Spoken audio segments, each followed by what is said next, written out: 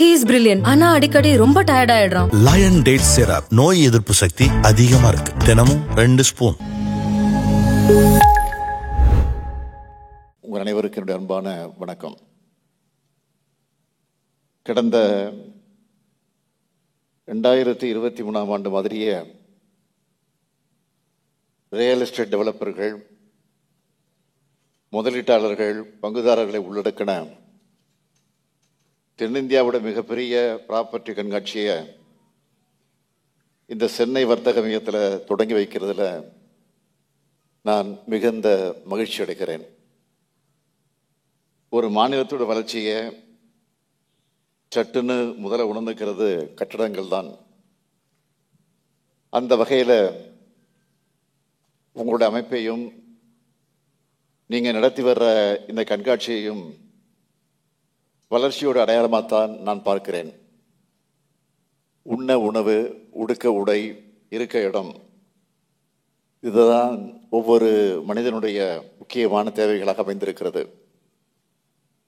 அதில் ஒரு தேவையை பூர்த்தி செய்யக்கூடியவங்க நீங்கள். அதனால் நீங்கள் மக்களுக்கு மட்டுமல்ல, அரசுக்கும் முக்கியமானவர்கள். அதை உணர்ந்து தான் உங்கள் நிகழ்ச்சியில் நான் கலந்துக்க இங்கே வருகை தந்திருக்கிறேன். மக்கள் தொகை பெருக்கம் அதிகம் இருக்கக்கூடிய நாட்டில் மக்களுடைய எல்லா தேவைகளையும் அரசே செஞ்சிட முடியாது. உங்களை போன்ற அமைப்புகளும் இணைந்து செயல்படணும். அப்படி மிக சிறப்பாக செயல்பட்டு கொண்டு வரீங்க நீங்கள். கிரடாய் அமைப்பு தொழில் முன்னேற்ற கொள்கைகளை உருவாக்குறீங்க. ரியல் எஸ்டேட் வர்த்தகத்தில் ஈடுபட்டுள்ள எண்ணற்ற தொழில் முனைவோர்களையும் அரசையும் இணைக்கிற நல்லொரு பாலமாக நீங்கள் செயல்பட்டு கொண்டிருக்கிறீங்க. ரியல் எஸ்டேட் துறையின் வெளிப்படைத்தன்மை, ஒழுங்கு மற்றும் பொறுப்புடன் கூடிய செயல்பாட்டை கிரடாய் உறுதி செய்கிறத நான் மனதார பாராட்டுகிறேன். ரியல் எஸ்டேட் மற்றும் உட்கட்டமைப்பு மேம்பட்ட உள்ளடக்கின வீட்டு வசதி மற்றும் நகர்ப்புற வளர்ச்சித்துறை மாநிலத்தின் பொருளாதார வளர்ச்சியை உறுதி செய்கிற ஒரு முக்கியமான துறையாக அமைந்திருக்கிறது. நம்ம மாநில மக்கள் தொகையில் 48 விழுக்காடு மக்கள் நகர்ப்புறத்தில் வசிக்கிறாங்க. நாம் மிகவும் நகரமயமாக்கப்பட்ட மாநிலமாக இருக்கிறோம். இது வரக்கூடிய ஆண்டுகளில் மேலும் உயரும். இதனால் நீடித்து நிலைக்கக்கூடிய வீட்டு வசதிக்கான தேவைகள் அதிகரிக்கும். அதனால் புதுமையான நகரமைப்பு திட்டங்களை தீட்டணும். சென்னை பெருநகர பகுதிக்கான முதல் மற்றும் 2ஆம் முழுமை திட்டங்கள் திராவிட முன்னேற்ற கழக ஆட்சியில் தான் அறிமுகப்படுத்தப்பட்டுச்சு. இப்போ 3ஆவது முழுமை திட்டத்தை நம்ம அரசு தான் முனைப்போடு தயாரிச்சுக்கிட்டு வருது. நிலையான வளர்ச்சி, பொருளாதார முன்னேற்றம் மற்றும் தொழில்நுட்ப ரீதியான முன்முயற்சிகள் ஆகியவற்றை மையமாக கொண்டு நகர்ப்புற வளர்ச்சியை முன்னெடுத்து செல்லவும், மக்களுடைய வாழ்க்கை தரத்தை மேம்படுத்தவும் இந்த திட்டம் உருவாக்கப்பட்டு வருது. இந்த திட்டம்தான் அடுத்த 20 ஆண்டுகளுக்கு சென்னை பெருநகர பகுதி வளர்ச்சியை வழிநடத்த போகுது. அதே போல் தமிழ்நாடு முழுவதும் நகரம், கிராமங்களை மேம்படுத்த 10 மண்டல திட்டங்களும் தயாரிக்கப்பட்டு வருது. கோயம்புத்தூர், மதுரை, ஓசூர், சேலம், திருப்பூர், திருச்சிராப்பள்ளி, வேலூர் மற்றும் திருநெல்வேலியை உள்ளடக்கின 136 நகரங்களுக்கும் திட்டம் தயாரிக்கப்பட்டு வருது. ஓசூருக்கான முழுமை திட்டமும் சமீபத்தில் வெளியிடப்பட்டிருக்கு. கோயம்புத்தூர் மற்றும் மதுரைக்கான முழுமை திட்டம் அடுத்த மாதத்திற்குள் வெளியிடப்படும் என்பதையும் நான் தெரிவித்துக் கொள்கிறேன். சென்னை மாநகரை சுற்றி இருக்கக்கூடிய 9 வளர்ச்சி மையங்களான மீஞ்சூர், திருவள்ளூர், திருமழிசை, மாமல்லபுரம், செங்கல்பட்டு, காஞ்சிபுரம், மறைமலை நகர், திருப்பெரும்புதூர் மற்றும் பரந்தூர் ஆகிய பகுதிகளுக்கு புதுசாக புதுநகர் வளர்ச்சி திட்டங்கள் தயாரிக்கப்பட்டு வருது. புதுநகர் திட்டங்களோட நோக்கம் என்ன என்றால், சென்னையோட நெரிசலை குறைக்கணும், பொருளாதார மையங்களை உருவாக்கணும், போக்குவரத்து இணைப்புகளை ஏற்படுத்தணும். சென்னை மாநகரை சுற்றி இருக்கக்கூடிய பகுதிகளில் நிலையான வளர்ச்சியை உறுதி செய்யணும். இதுதான் நோக்கம். கடந்த 10 ஆண்டுகளில் இப்படியான திட்டங்கள் தயாரிக்கிற பணி தேக்கமடைஞ்சு இருந்துச்சு. அந்த நிலையை மாற்ற நம்ம அரசு முனைப்போடு செயல்பட்டு வருது. நான் கிரடாய் ஃபேர் ப்ரோ 2023 கலந்துக்கிட்டப்போ ஒரு உறுதி அளித்தேன். அதை செயல்படுத்துகிற வகையில் ஒற்றைச்சாளர முறை மற்றும் இணையதள கட்டட அனுமதி பெறக்கூடிய முறை தற்போது நிறைவேற்றப்பட்டிருக்கு. மனை மற்றும் கட்டிட ஒப்புதலுக்காக பெறப்படும் விண்ணப்பங்களை விரைவாகவும் வெளிப்படைத்தன்மையோடு குறைகளை தெரிஞ்சுக்கிட்டு செயலாற்றும் விதமாகவும் வடிவமைக்கப்பட்டிருக்கு. இந்த திட்டத்தின் கீழ் மனைப்பிரிவு மற்றும் கட்டடம் ஆகியவற்றுக்கு வழங்கப்படுகிற திட்ட அனுமதிகளோடு 45 விழுக்காடு அதிகரிச்சிருக்கு. ஒப்புதல் வழங்குவதற்கான கால அளவு 180 நாட்களிலிருந்து 64 முதல் 90 நாட்களாக குறைஞ்சிருக்கு. நம்ம திராவிட மாடல் அரசு எப்பவுமே பொதுமக்களோட தேவையை உணர்ந்து செயல்படுகிற அரசு என்பதற்கு இதெல்லாம் ஒரு சின்ன எடுத்துக்காட்டாக விளங்கி கொண்டிருக்கிறது. தமிழ்நாட்டில் இருக்கக்கூடிய ஏழை எளிய மக்கள், பொருளாதாரத்தில் நலிவுற்ற பிரிவினர், நடுத்தர வர்க்க மக்கள் ஆகிய அனைவரின் சொந்த வீடு கட்டும் கனவையும் நனவாக்க 22/7/2024 அன்று உடனடி ஒப்புதல் பெறக்கூடிய வகையில் சுயசான்றிதழ் திட்டத்தை அறிமுகப்படுத்தியுள்ளோம்.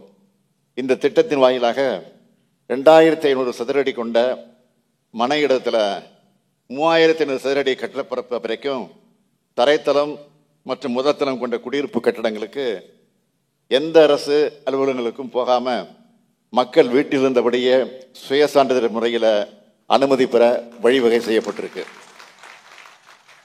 இந்த திட்டத்தின் கீழ் கட்டப்படுகிற குடியிருப்பு கட்டடங்களுக்கு கட்டட முடிவுற சான்று பெறுவதில் இருந்து விலக்களிக்கப்பட்டதில்ல. இதனால் வர 51,000 கட்டட அனுமதிகள் பெறப்பட்டிருக்கு.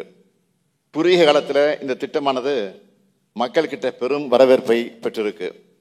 அதனால முன் அனுமதிக்கப்பட்ட 100 கட்டட திட்டங்களை பதிவேற்றி இந்த செயல்முறையை மேலும் செம்மைப்படுத்தி எளிமையாக்குவதற்கான முயற்சிகளில் வீட்டு வசதித்துறை தற்போது மேற்கொண்டு வருது. சென்னையோட உள்பகுதிகளில் ஏற்படுகிற நெரிசலை தவிர்க்கவும், வெளிவட்ட சாலைகளுக்கு இணைப்பை மேம்படுத்தவும், போக்குவரத்து முனையங்களை பரவலாக்கவும் சிஎம்டிஏ மூலமாக கிளாம்பாக்கம், மாதவரம் மற்றும் குத்தம்பாக்கம் ஆகிய இடங்களில் 3 புதிய புறநகர் பேருந்து முனையங்களை உருவாக்கி இருக்கிறோம். குத்தம்பாக்கம் பேருந்து முனையம் விரைவில் மக்களுடைய பயன்பாட்டிற்கு வர இருக்கு. சென்னை பெருநகர மண்டல போக்குவரத்து தேவைகளை கருத்திலே கொண்டு தமிழ்நாட்டின் நீண்டகால வளர்ச்சிக்கான இலக்கை அடைகிற வகையில் செங்கல்பட்டு மற்றும் மாமல்லபுரத்தில் நவீன போக்குவரத்து முனையங்கள் அடுத்த ஆண்டு திறக்கப்பட இருக்கு. சென்னையோட நீண்ட கடற்கரை பகுதியும் ஏரிகளும் இயற்கை நமக்கு வழங்கியிருக்கக்கூடிய பெரும் கொடைகள். இதை மேம்படுத்த தமிழ்நாடு அரசால் சென்னை நீர்முனை வளர்ச்சி திட்ட நிறுவனம் ஏற்படுத்தப்பட்டிருக்கு. இந்த நிறுவனம் முதல் கட்டமாக சென்னை மாநகர் அமைஞ்சிருக்கக்கூடிய 12 ஏரிகள் மற்றும் 4 கடற்கரை பகுதிகளை தேர்வு செஞ்சு சுற்றுச்சூழலுக்கு பாதிப்பு இல்லாமல் மக்கள் கூடும் இடங்களா மேம்படுத்த 250 கோடி ரூபாய் செலவில் திட்டம் தயாரிச்சிருக்கு. இந்த திட்டம் பொழுதுபோக்கு சார்ந்த உட்கட்டமைப்பு வசதிகள், மழைநீரை சேகரித்து வெள்ளத்தை தடுக்கிற அமைப்போடு உருவாக்கப்படும். ஸ்பாஞ்ச் பூங்காக்கள், விளையாட்டு திடல்கள், விளையாட்டு வளாகங்கள், பல்நோக்கு மையங்கள் மற்றும் சந்தைகள், பேருந்து முனையங்கள், சுரங்கப்பாதைகளை நவீனப்படுத்துதல், புதிய திட்ட சாலை இணைப்பு பகுதிகளை கண்டறிந்து மறு வடிவமைப்பு மேம்படுத்துதல் போன்ற செயல்பாடுகள்னு சென்னை பெருநகர் வளர்ச்சி குழுமத்தால் 196 நகர்ப்புற வளர்ச்சி திட்டங்கள் சுமார் 2600 கோடி ரூபாய் முதலீட்டில் கடந்த 3 ஆண்டுகளில் மேற்கொள்ளப்பட்டு வருது.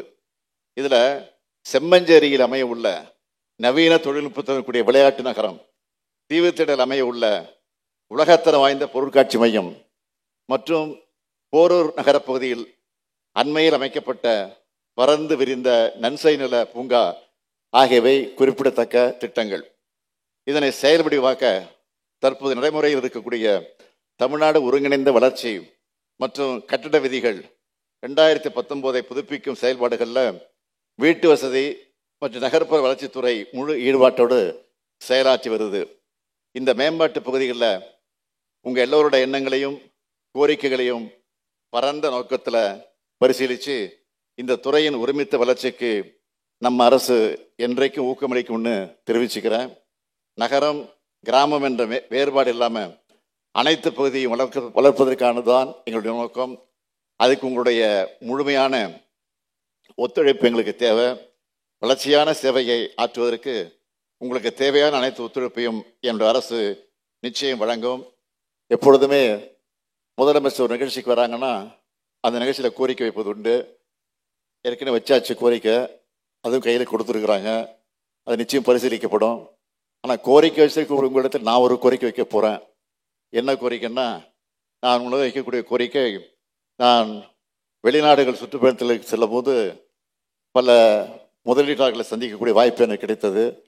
அவங்க பெரும்பாலும் இடத்துல கேட்டது என்னன்னு கேட்டிங்கன்னா, சென்னையிலும் மாநிலம் முழுவதும் இன்னும் கூடுதலான தொழில் பூங்காக்களும் இன்னும் கூடுதல் அலுவலக கட்டிடம் தேவைப்படுகிறது என்று சொன்னார்கள். எனவே கிரடாய் மூலமாக இந்த தொழில்துறை கோரிக்கையை நீங்கள் நிறைவேற்ற வேண்டும். நீங்கள் கட்டக்கூடிய பெரிய அடுக்குமாடி கட்டிடத்தை அருகிலேயே அந்த பூங்காக்கள் நீர்நிலைகளை அழகுபடுத்த பராமரித்துக் கொள்வதற்கு உங்களை ஈடுபடுத்திக் கொள்ள வேண்டும் என்று நான் அன்போடு கேட்டு இந்த சிறப்பான வாய்ப்பை தந்த உங்கள் அனைவருக்கும் மீண்டும் ஒரு முறை நன்றி சொல்லி இந்த மாநாடு வெற்றியோடு நிறைவேற வேண்டும், வெற்றி பெற வேண்டும் என்று மனதார வாழ்த்தி விடைபெறுகிறேன். நன்றி, வணக்கம்.